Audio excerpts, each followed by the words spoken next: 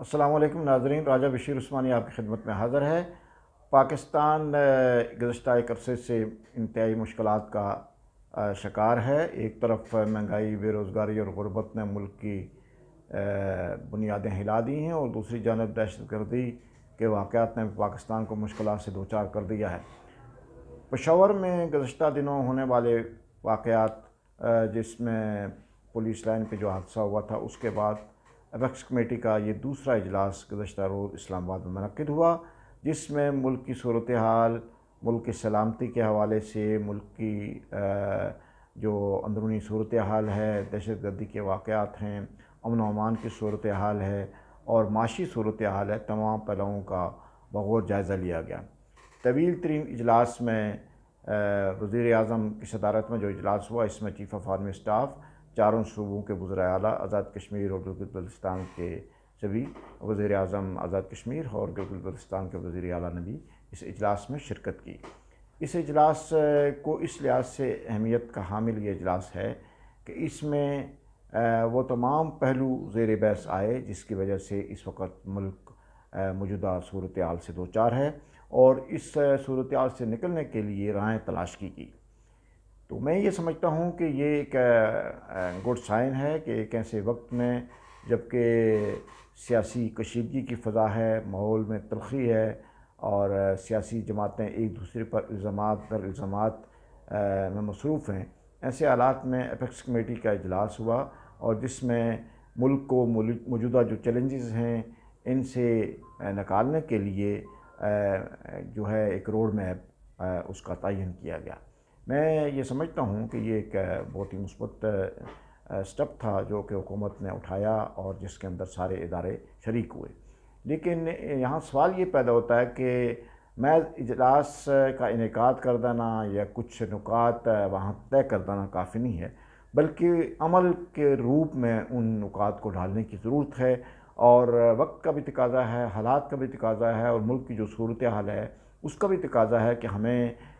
قومی یکجہتی کو اولین ترجیح دینی چاہیے۔ ہمیں اپنی انا کو ایک طرف رکھتے ہوئے تمام سیاسی جو جماعتیں ہیں ان کو ایک پلیٹ فارم پر ملک کی سلامتی کے حوالے سے اکٹھا ہونا چاہیے۔ بٹ جو چیلنجز ہمیں درپیش ہیں، ایک تو ہمیں ظاہر ہے بڑھتی ہوئی مہنگائی ہے، بے روزگاری ہے، غربت ہے، عوام کے مسائل ہیں، ان سے نکلنے کے لیے ہمیں راہیں تلاش کرنی ہے، اور دوسری طرف IMF کا شکنجہ ہے، اس سے بھی نکلنے کے لیے ہمیں راہیں تلاش کرنی ہے، اور تیسری طرف جو ہے وہ دہشت گردی کے واقعات ہیں، اور جو ہمارا ازلی دشمن بھارت ہے اس کی طرف سے پاکستان کے اندر پے در پہ ایسے واقعات کروائے جا رہے ہیں جس سے ملک میں عدم استحکام پیدا ہو۔ تو میں یہ سمجھتا ہوں کہ اس وقت ہماری جو سیاسی جماعتیں ہیں اور سیاسی جو لیڈرشپ ہے، ان کو سیاسی بالغ نظری کا ثبوت دیتے ہوئے یہ تلخی کے ماحول کو اور جیل برو تحریک کے بجائے یہاں پر پاکستان برو، یعنی پاکستان کو معاشی طور پر مضبوط کرنے کے حوالے سے کوئی لائحہ عمل تیار کرنا چاہیے تھا۔ اکٹھے بیٹھ کر حکومت اور اپوزیشن کو اکٹھے بیٹھ کر اس پر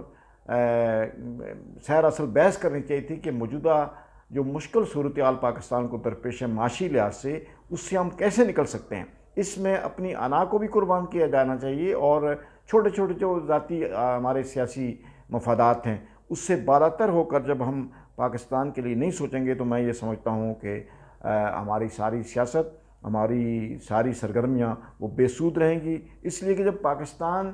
رہے گا، یہ ملک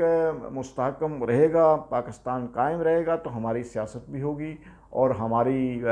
دیگر جو ہمارے سیاسی مفادات ہیں وہ بھی حاصل ہوں گے۔ لیکن اگر پاکستان کو خدا نخواستہ کوئی نقصان پہنچتا ہے تو پھر یہ ساری چیزیں ہماری دری کی دری رہ جائیں گی۔ وقت کا تقاضا ہے کہ ہمیں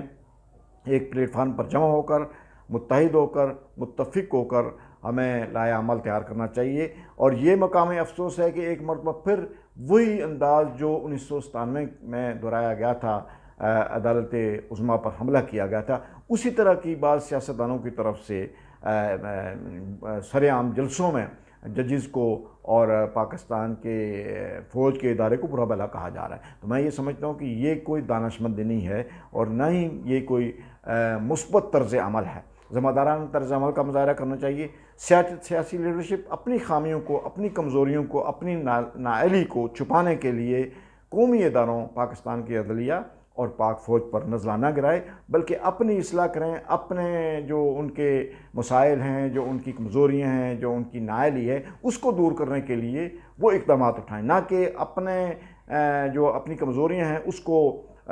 دبانے کے لیے آپ دوسروں پہ الزام دیں۔ تو یہ الزامات کی سیاست اور قومی اداروں کو مورد الزام ٹھہرانا ہر چیز پر یہ کسی طور یہ روش جو ہے درست نہیں ہے۔ اس لیے سیاستدان بھی اپنی اصلاح احوال کریں، قومی ادارے بھی اس موقع پر ذمہ دارانہ طرز عمل کا مظاہرہ کریں۔